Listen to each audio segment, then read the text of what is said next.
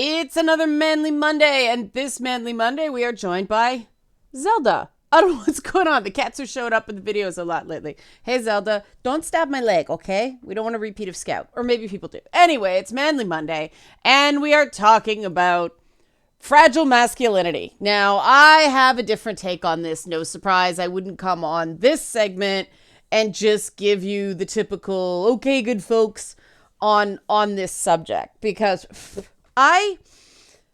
if you're new to these and you didn't see the toxic masculinity one, these are terms I tend to only use ironically.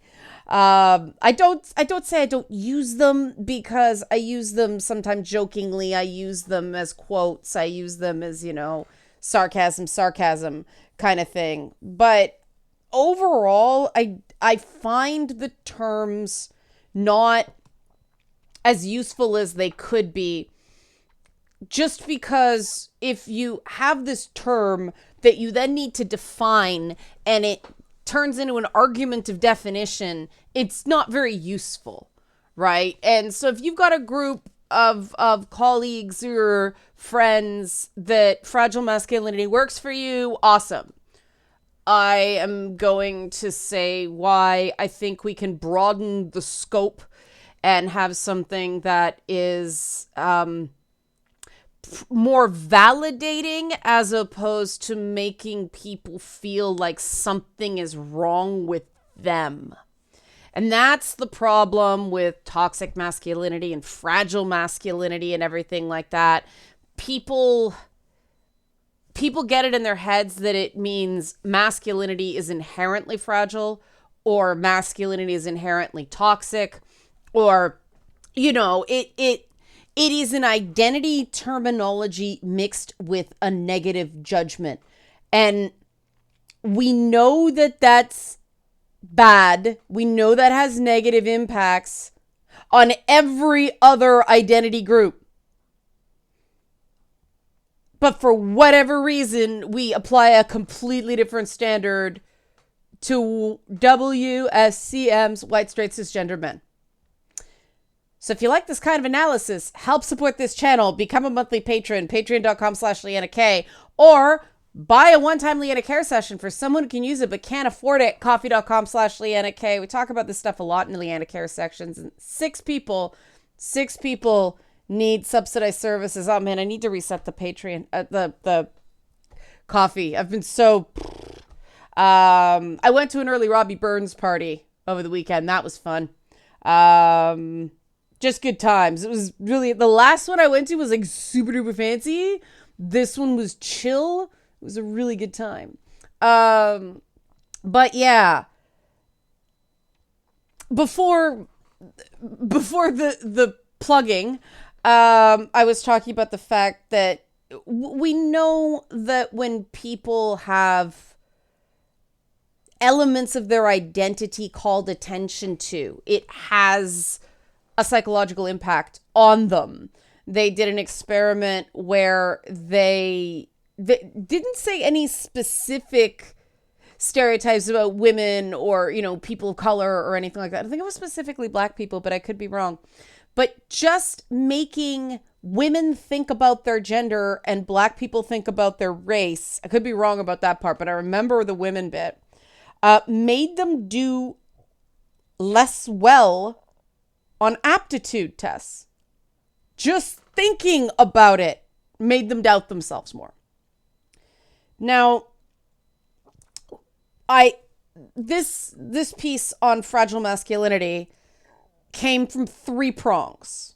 One was an article I shared on Twitter from the Harvard Business Review that I found interesting because it actually talked about how to help people be better and do better instead of just going, it's bad, right? Which I liked. But some of the stuff, it's like, they cited the fact that this is all at work, because it's a Harvard Business Review, right?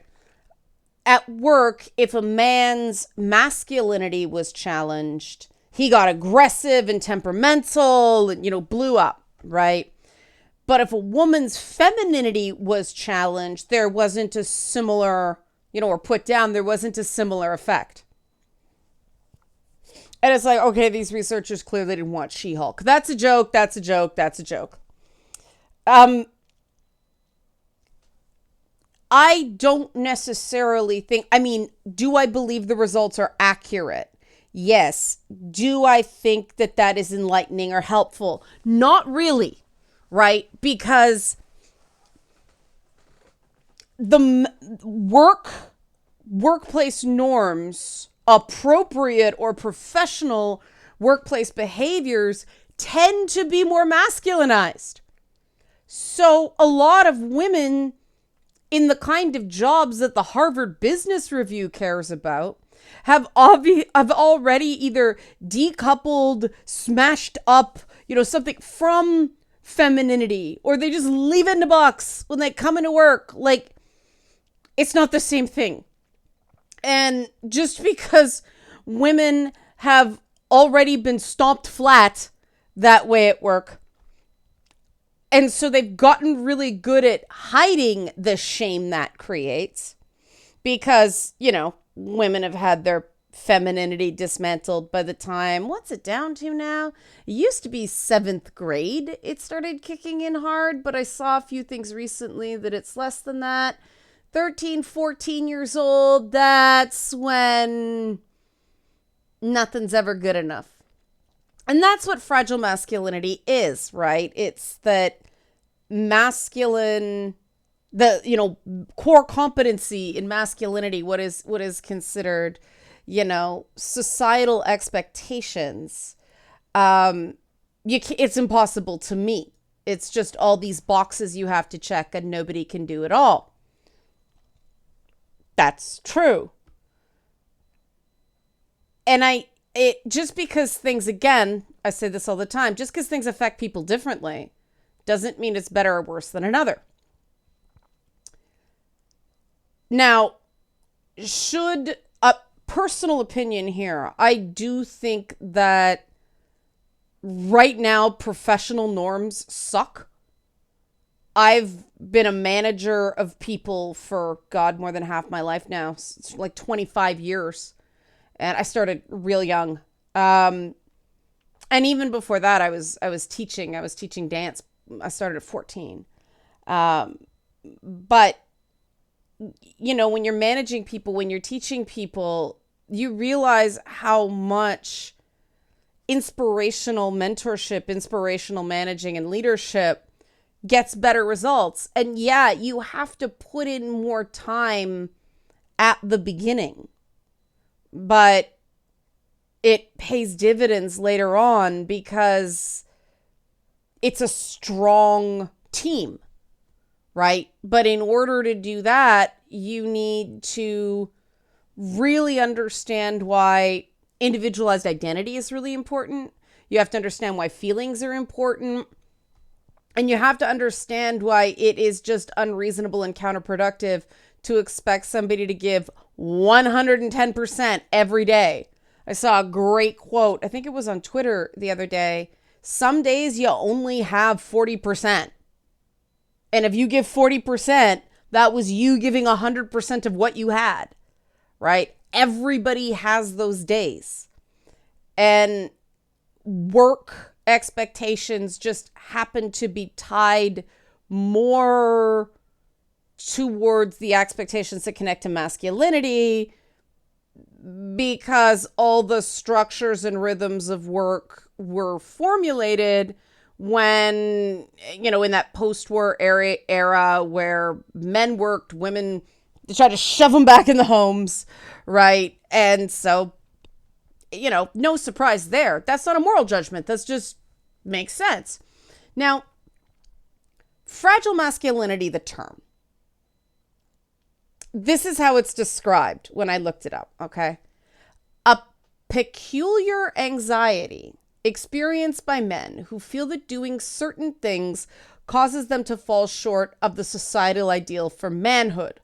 While not regarded as a type of mental health condition on its own, fragile masculinity can affect a man's well-being. In some cases, it can cause substance abuse and even depression. Now, I'm going to read the top of that again because a lot of people probably, hold up, wait. Okay. Fragile masculinity is a term used to describe peculiar anxiety. I think that should be particular, but the word is peculiar. Anxiety experienced by men who feel that doing certain things causes them to fall short of the societal ideal for manhood. And you are not wrong when you're thinking, but that's just true. Right. And it says social science has proved that fragile masculinity is brought about by a fear men have of appearing too feminine or weak. Often the term is used against LGBTQ men, especially gay and transgender people. It can also be used to describe a heterosexual man whose manhood is in question for whatever reason. Hegemonic masculinity sets high expectations for men where they are expected to achieve and defend a high value status role as the male gender, blah, blah, blah. That means men rank higher than women. And so masculinity is something that has to be achieved and defended. And then when it says, when a man falls short of these expectations of proving their manhood, they quickly lose the status of a real man. Now, the thing I take issue with in terms of, the whole masculinity so fragile thing is men don't do this to themselves. This is socially enforced. Nobody wakes up one day and goes, you know what? I'm going to make myself miserable trying to live up to crushing social norms. No one does that. That's something people feel like they have to do. So I'm going to suggest something radical here, okay? I'm going to suggest we start calling fragile masculinity what it actually is: the after effects of culturally sanctioned child abuse. What? Hear me out.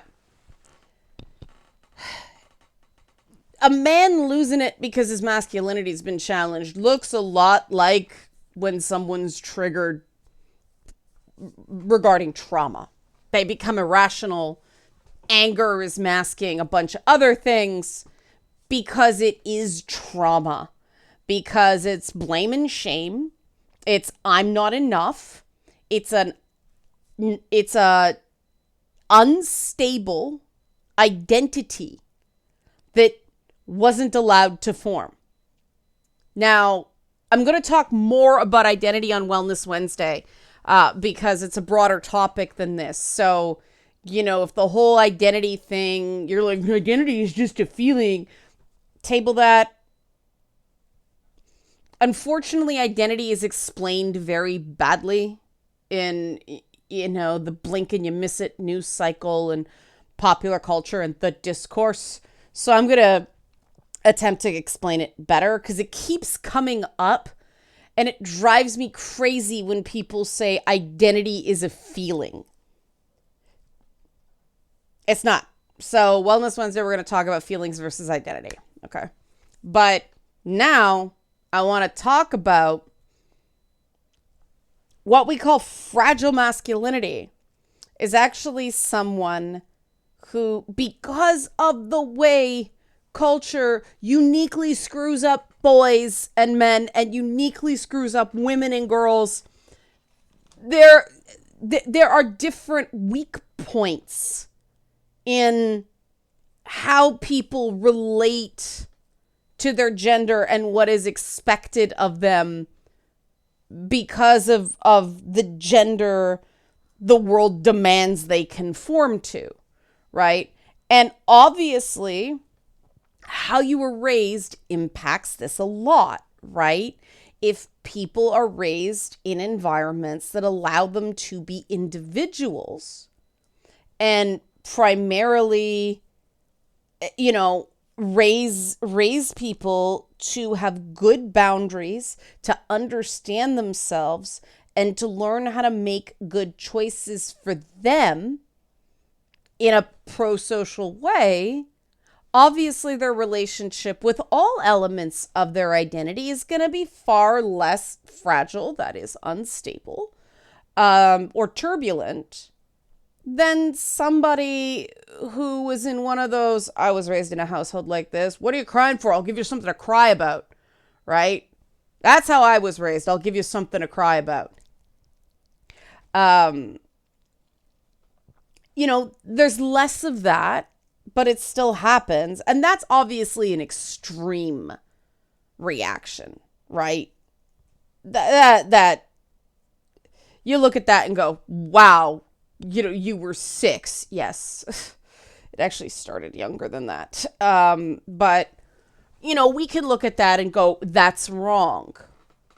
There are more subtle ways that parents screw up their kids that aren't so obviously abusive. But when you think about them, it's like, what are you doing? The one that gets me is when someone will tell a 9 or 10-year-old boy, look after your mother and sister. The child is 10. He should not be given the message that he has to look after his mother, a grown-ass adult. And he is not his sister's carer. There are parents around. Siblings are siblings, not parents. And when you do that to a kid, it creates this instability, because what's a 10-year-old going to do if anything happens, right? It's well-meaning, but it's the same way they go to girls. You're so much prettier when you smile. Just smile. Don't you want people to like you? Instead of teaching, it's invalidating the feelings of a child at a really critical point in self and identity development. It's like, no, that isn't what a kid should be focused on at that moment. At that age group, kids should be learning how to get along with peers and, the beginnings of I'm a person. I'm an individual. I'm not just an extension of my parents. I don't just follow orders. There are things I like. There are things I don't like. There are things that feel good and right. And there are things that feel bad and wrong. And then you have some things that feel good and wrong and bad and right. Right? It's that kind of stuff that kids should be worried about, not taking on pseudo protector and patriarch roles at 10. I hate that. And the reason I bring this one up is it's well-meaning, right? It's just this tick, this habit, the same way you tell a 9 or 10-year-old, come on, be a man. The kid is 9. The kid is 10. If he falls down, goes boom, it's okay to cry. Let's face it. I don't understand. This is an aside, but I don't understand how people are like, I'm tough, I'm a man, I don't cry. And then they watch football, like soccer. And the disconnect. Those guys are falling all over and screaming and yelling and fake crying over nothing. And then they come out with the magic spray that doesn't actually do anything. And then they're back up. It's just like, maybe it's one of those things. It's catharsis. But I've always found that interesting, right? Because the places in the world that soccer/football is most popular is places where that machismo is still huge. Like I said, maybe it's catharsis, but that's how messed up things are, right? Because the older you get and the more aware you get and the more developed you get in other ways, the more you start going, well, this stuff doesn't line up. And you end up with an understanding of the world with all these broken connections, right? And especially when someone is highly sensitive, highly empathic, or intelligent, and they're taking a lot in, those broken connections can actually cause, some pain, some, cognitive dissonance. Because it's like, wait, this stuff doesn't make any sense. How am I supposed to navigate the playing field of life when I don't understand the rules. And we slap this label of fragile masculinity onto the most extreme cases of this. But that makes it sound like it's some sort of moral failing on the part of the person doing it. When in fact, I think it's much more productive and accurate to acknowledge, no, that was done to them. And yes, it's going to lead to a happier, healthier them if they, learn better habits, learn habits that are going to work for them better, that are going to make them feel more secure and more, a greater sense of belonging in their little corner of the universe, right? But this state comes from internal blame and internal shame already. Adding more to that isn't gonna help. And this is the problem with a lot of the messaging on this subject, is it's actually, messages about toxic masculinity are furthering toxic masculinity. Messages about fragile masculinity are furthering fragile masculinity, right? It's not setting an example of, all right, I'm going to do better. And doing better is not, well, you have fragile masculinity, you need to do something about it. No, that's you being fragile. It's, look, you seem like you could use someone to talk to. Do you want to take an hour? Do you want to get a coffee or something like that? That's the resilient way of approaching these things. Not finger wagging and slapping a label on somebody who's already, people are fragile because they're barely hanging on. It's emotional thin ice. What do you not do on thin ice? You don't step on it. And that's what these labels do. They step on people when it's emotional thin ice. And so while it's fine from, a clinical or academic perspective to come up with terms to describe a particular behavior, I really think that individualized language is better. What it is a fragile ego, right? And it's somebody who probably does have some trauma and some emotional instability and a depression or an anxiety condition, something like that. Let's talk about a person like a person, okay? Let's talk about an individual like an individual, because that is the only way to actually take the first step to where we want to go. Because otherwise it's, and this took me a long time to unlearn after being in women's studies.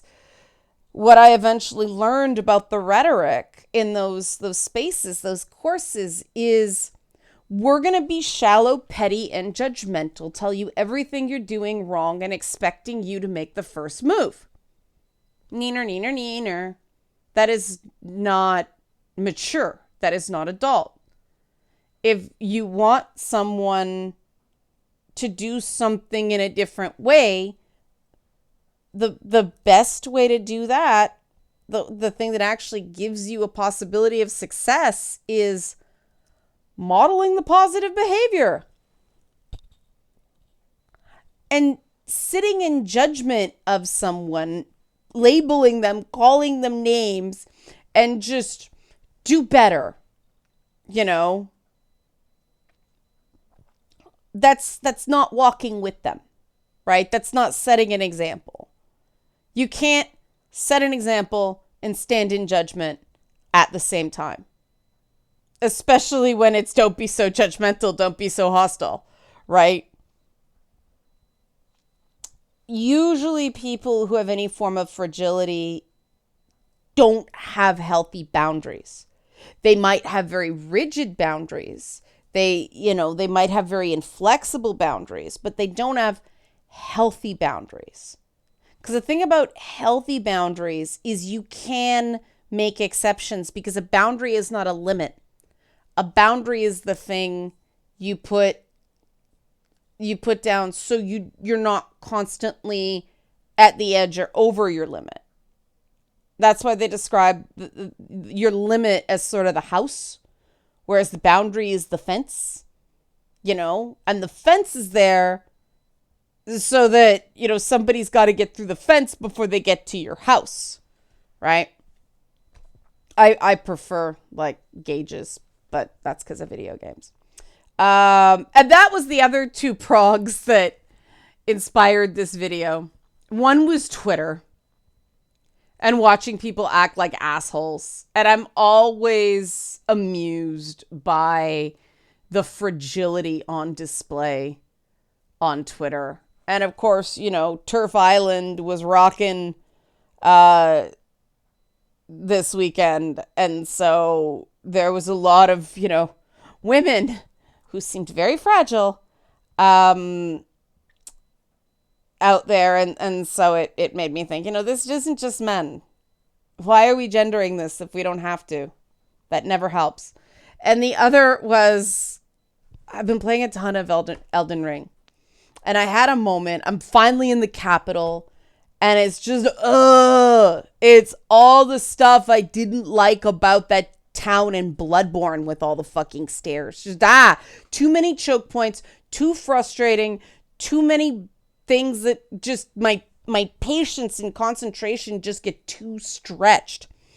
And I just, I kept throwing myself against this thing, and it was pissing me off, and it felt like the game was just like beating on me, but I couldn't quit it because I was in my ego, I was letting it get to me.